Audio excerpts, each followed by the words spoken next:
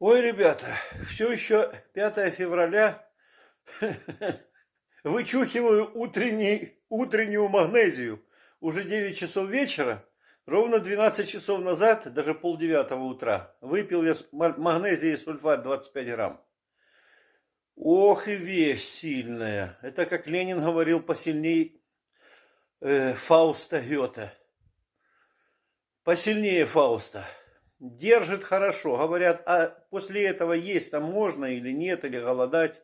Я ел. Я уже в 12 часов начал есть все подряд. И котлеты, все подряд ел. Но все равно через каждые полчаса-час бегал на гальюн. На гальюн и вперед. И только вышел, опа, опять. И опять.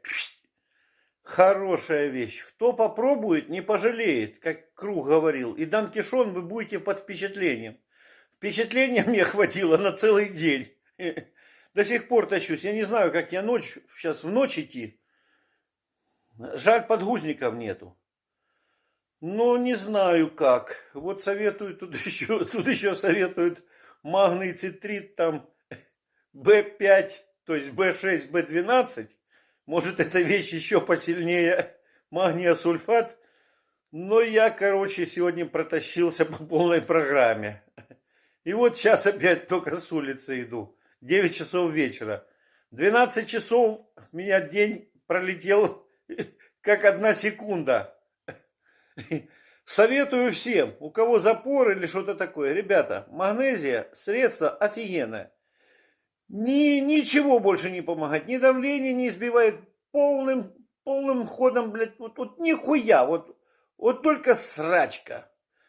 И как вот иду туда и вспоминаю стихотворение еще из моего босоногого детства. На горище ветер свищет, 20 градусов мороз. Пьяный снял штаны и дрищет, на него напал понос. Как он только не старался, жопу пальцем затыкал, а понос не унимался, из-под пальца протекал. Ребята, бесполезно, не удержите ничего, и главное, не пукайте, находясь в постели. Лучше предохраняйтесь, сели на очко и получилось воздух выдуть, хорошо, нет, значит так. Но, во всяком случае, это не в люле. Фух, хорошо. Сегодня день прошел не зря.